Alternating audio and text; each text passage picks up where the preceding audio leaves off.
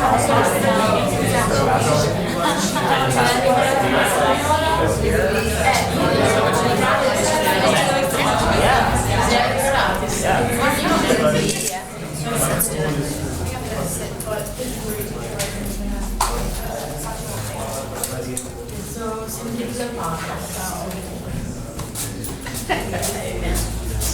good evening, everyone. This evening's lecture is on the recent international anthropological study of Generation Z and their allies, Generation Y, quickly known as millennials. So my name is Eric J. Fry. I'm not an anthropologist, a doctor, or even a guest lecturer at a distinguished university. Yet I consider myself more qualified than you would assume to provide valuable insight on this generation, having raised one son who is on the generational gap between Generation Y and Generation Z, and another that's firmly in Generation Z. I've served in the combat zone with Generation Z soldiers, and now having covertly immersed myself among Gen Z peer groups for the last 4 years in the university setting. I feel that Gen Z, also known as iGen, Gen Zombie, and Gen Z, are young adults who were born roughly between 1995 and 2005. With the key trait being that they were born after the internet became available in most homes. During their formative years, the use of portable digital technology has become readily available. So tonight I'll present to you 7 individuals who I've found to be prime examples of Gen Z and one close ally. These young adults are the epitome of privilege, and they have the opportunities of previous generations only dreamed of in science fiction. They are able to easily communicate with each other through encrypted languages that would have stumped Egyptologists and cryptologists. They use the word like as a noun, verb, adjective, adverb, conjunction, preposition, and interjection. They're becoming the world's new professionals, from doctors to baristas. They're the new voting bloc, and in a few years, they'll be eligible to be the newly elected leaders across the world.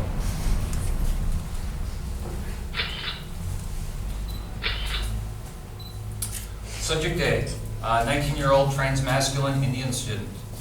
Recently graduated from high school and currently studying in Italy as a gap year student. Please notice the subject is wearing several body piercings that are not part of the traditional Hindu culture.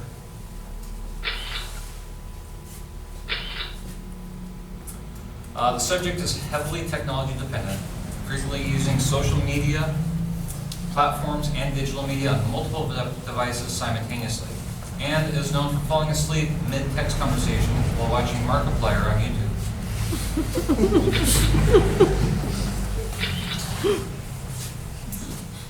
Discussing courtship and mating.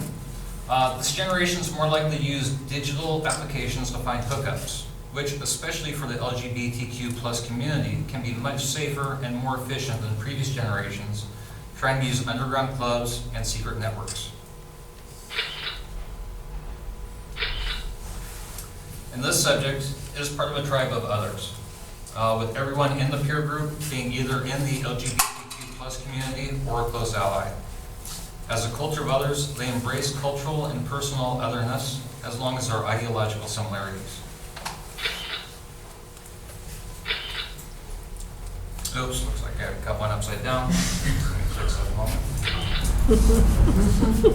Always intentional. The subject self-identifies as the black sheep of the family. However, even the black sheep are still cared for by their flock, as the subject's family still provides support and assistance to the student.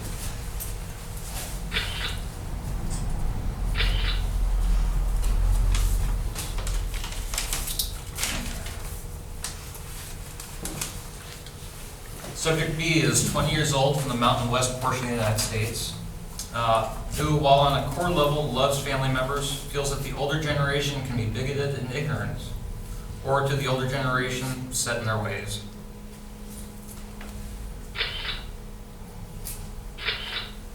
Despite growing up in a region that's known for conservative values and voting with the right wing of the political spectrum, the subject is currently a socialist, admires Greta Thunberg and Emma Gonzalez.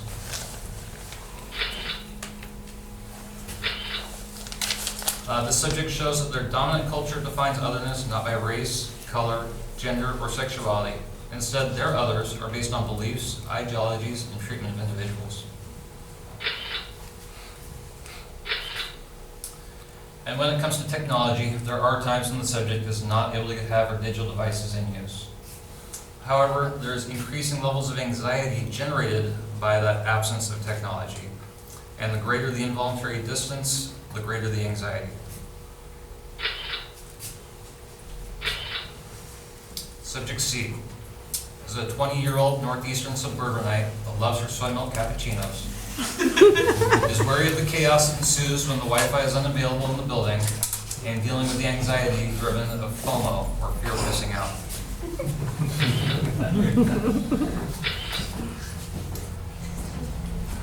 She recognizes that social media and the need to drive up the like count are how contemporary tribes determine their popularity, and therefore leadership within their extended peer group. The need for likes and followers can cause some of the peers to take on high-risk behavior, or even participate in illegal or illicit activity in order to post the activity on sites like Instagram and Snapchat to generate more activity. It was noted that memory and memorization is no longer important to this generation.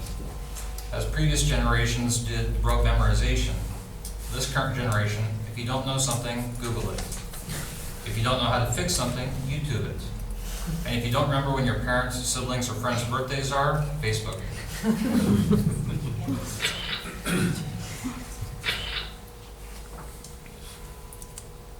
Along with instant access to information, the need to memorize phone numbers and addresses is irrelevant now.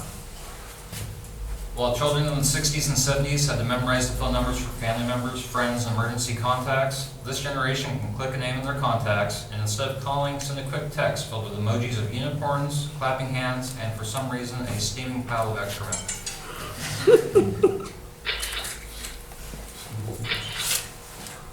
Subject D, the ally. This 31-year-old Peruvian-born Californian is closely associated with Gen Z. Gen Y was basically the beta tester for all things that Gen Z is now on version 12.3 of. Gen Y is the crossover generation, able to converse with Nintendo 64 or Xbox 360, can search with or without Boolean strings, and remembers when payphones were still on street corners, and probably remembers life before the additional screening at airports.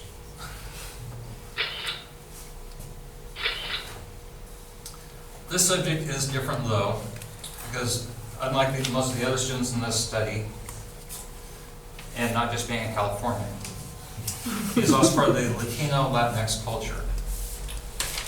With deep rivalries between the rival clans of the Latino-X culture and the Chicano-Chicanx culture.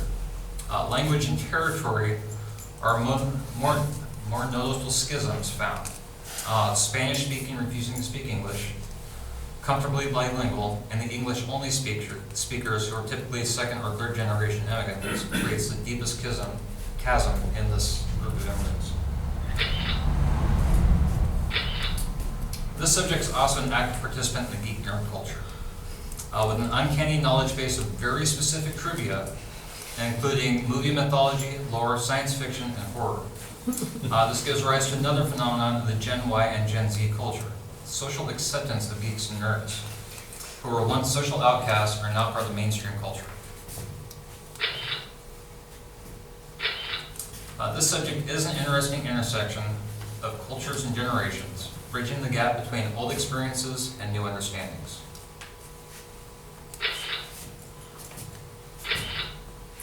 Take a brief intermission here, just in case anybody needs some more wine.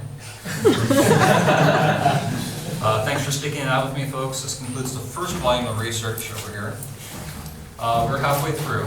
I know this feels like an eternity, but just imagine how much longer it must feel to a young freshman without their cell phone to distract them.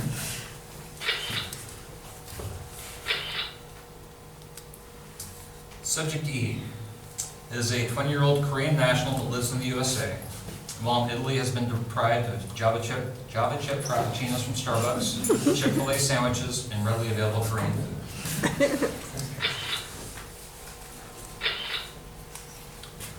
This subject, along with several others, has identified that this generation is concerned with finding a balance between financial security and personal satisfaction. Nervous at being at the crossroads of self-determination. A similar challenge faced across generations. Do what is expected do what provides security, or do what you feel like you need to do.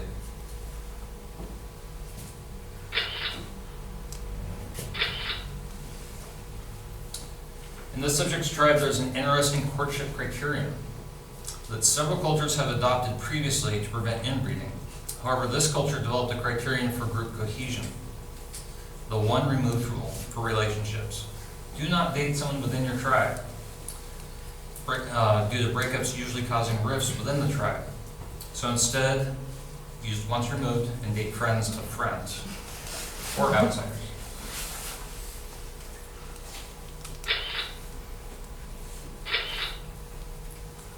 One interesting note of this particular subject is, ironically, she fits into a very specific stereotype of Asian students. She is a student at Duke University, currently studying art history, and she likes to peruse MIT and UC Berkeley meme pages while she's studying for her MCAT.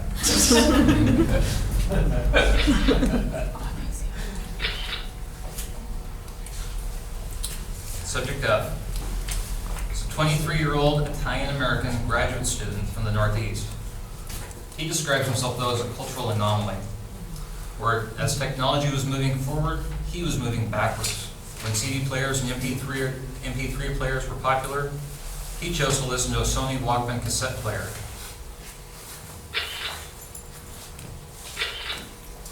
Also, as a recent graduate from his undergrad level, he is acutely aware of the impending burden of student loans, which will continue to accumulate until graduate school is completed. Like many within this generation, and a major factor in the upcoming 2020 elections, student loan debt will have a major effect on the ability of this generation to achieve financial independence, and may have an impact on their ability to participate in one of the opportunities of previous generations, things like home ownership.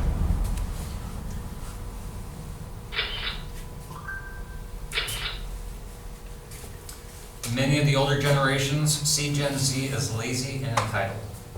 In my research, that perception seems to be the exception rather than the norm. As can be seen, this subject distinguished himself academically as an undergraduate, and I've witnessed this subject working more diligently and earnestly without complaint than some of the Gen Xers in the graduate program.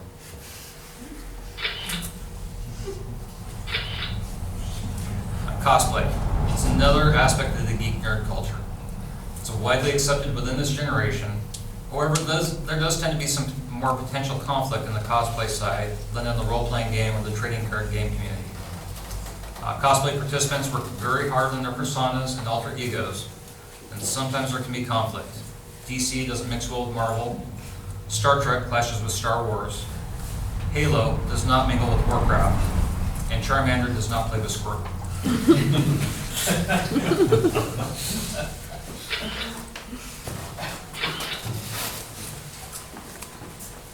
Subject G is a 20-year-old from the Midwest and highly disappointed in Italy's lack of selection in sativa, indica, and high-pitch strains. And knows that the purple haze is missing a bit of the haze. Now, these thanks to the baby boomers, Gen X, and Gen Y, not only is it legal in many states and countries, but it is socially acceptable now too. One of the things I've noticed in my conversations is the exchange of currency of this generation is very curious.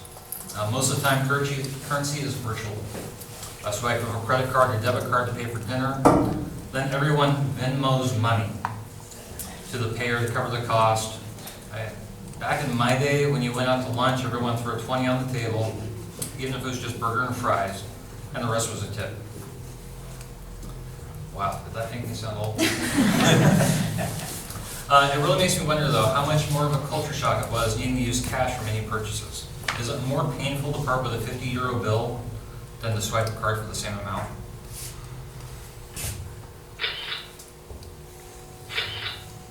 And I'm just going to say that Amsterdam was definitely on the midterm break itinerary, and she wasn't looking for pumpkin spice lattes at the coffee shops.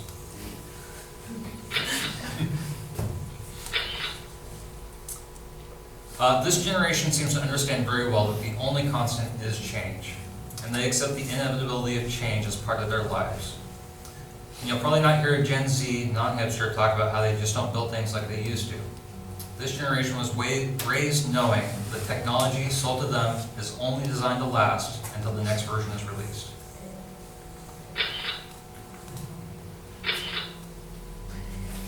Okay, folks, last one. Subject H, a 25-year-old who never wanted to stop playing with dinosaurs and nearly became a paleontologist, but decided he wanted a career where he could actually make money, so he became an artist instead.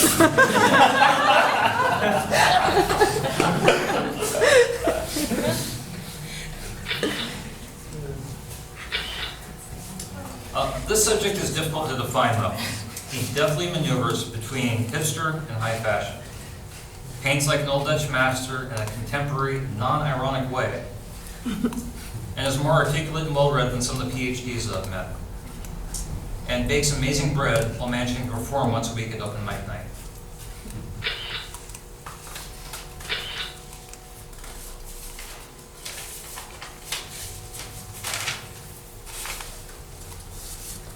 Through our conversations, the terms cautious and suspicious were used repeatedly. And I feel that this nicely sums up how this generation feels about not just the older generations, but people who are in powerful positions and who are seeking those positions.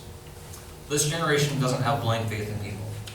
And with the ease of access to the news and the difficulty in ascertaining what is fact, what is opinion,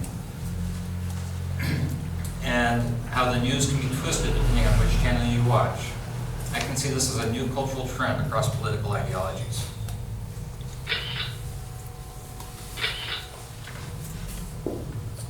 Okay, I think at this point, if I keep talking, I'm just going to start repeating myself. So I'm just going to jump ahead to the conclusions.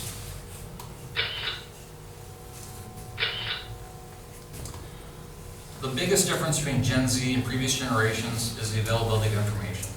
The ability to be insular and connected to the broader world simultaneously. They tend to be more spiritual and secular than sectarian. And if I were single, I'd be trying to figure out this Tinder app. It sounds much easier than trying to hook up at a bar when I don't speak the local language. And finally, they aren't that bad. They just want a future and a habitable planet. So as long as we don't see how damaging to the environment solar panels, wind generators, and new digital gadgets are, let's try to be more environmentally friendly and recycle your plastics. And a final observation. This is the first generation that potentially will have their entire lives digitally archived as they are living their lives. From the day they were born and the parents emailed the pictures to family, to the day they die and the funeral is live cast on Facebook memorial page. Finally, biographers will have a pre-curated archive of all the highlights of a person's life ready to go. Thank you for your time. I'm available if you may ask